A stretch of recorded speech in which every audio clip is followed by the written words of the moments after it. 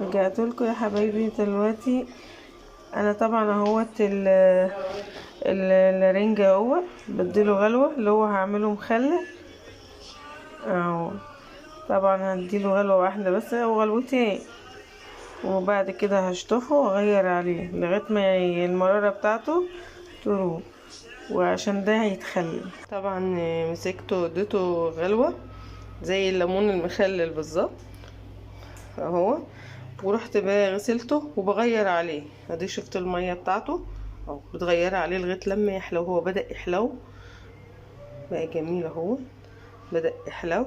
بتجيبي برطمان، طبعا هوريه لحضراتكم. بتجيبي برطمان وتحط له دقه بشطه كده بملح لو عايزه تحط له فصين توم وبملح، والتن بقى حاطه ميته، وتحطيه بقى وتسيبيه يومين وتاكلي منه بألف هنا وشفا. اولا اسمه اللارنج جميل جدا والله، بسم الله ما شاء الله، اللهم صل على النبي. فاضل له بس النهارده كده، انا بقالي كام يوم اهو بغير عليه. فاضل له النهارده، هغير ميته واحط له في البرطمان واوريه لكم وانا بعمله برضه اهو.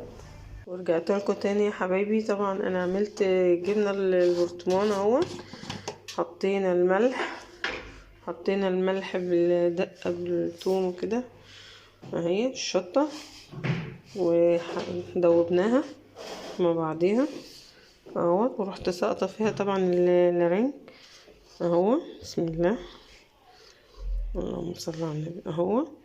طبعا هو بياخد له يوم او يومين اهو. بتحطيه في الميه بالملح بالشطه بالدقه بشويه توم، فصين توم كده اهو. طبعا اللهم صل على النبي، حطينا الملح اللهم صل على النبي والشطه والدقه وكده اهو، دوبناه. وبعد ما دوبناه سقطنا طبعا الرنج فيه اهو. طبعا بيتخلل اهو، طلع منه مفيش احلى من كده. تاخدي مثلا يا دوبك هما يومين، يوم وتاني يوم تاكلي منه عادي اهو، بيحلو على طول. طبعا انت حطيت اهوت زي الليمون، طبعا بتسلقيه والتن محط عليه الدقه طبعا الملح والشطه وكده تحطيه، وبيبقى مفيش احلى من كده والله. تقفلي عليه بسم الله اهو، ده حضراتكم اهو، وبيبقى ببيتك اللي انت عايزاه وبألف هنا وشفا.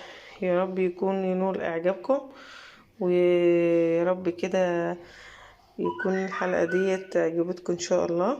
وما تنسوش تعملوا لي لايك وتفعلوا لي الجرس وتشتركوا لي في قناتي عشان يوصلكم كل جديد. والسلام عليكم ورحمة الله وبركاته. السلام عليكم. لا تنسوا الاعجاب بالفيديو والاشتراك في القناة تشجيعا لنا لنستمر بنشر المزيد ان شاء الله.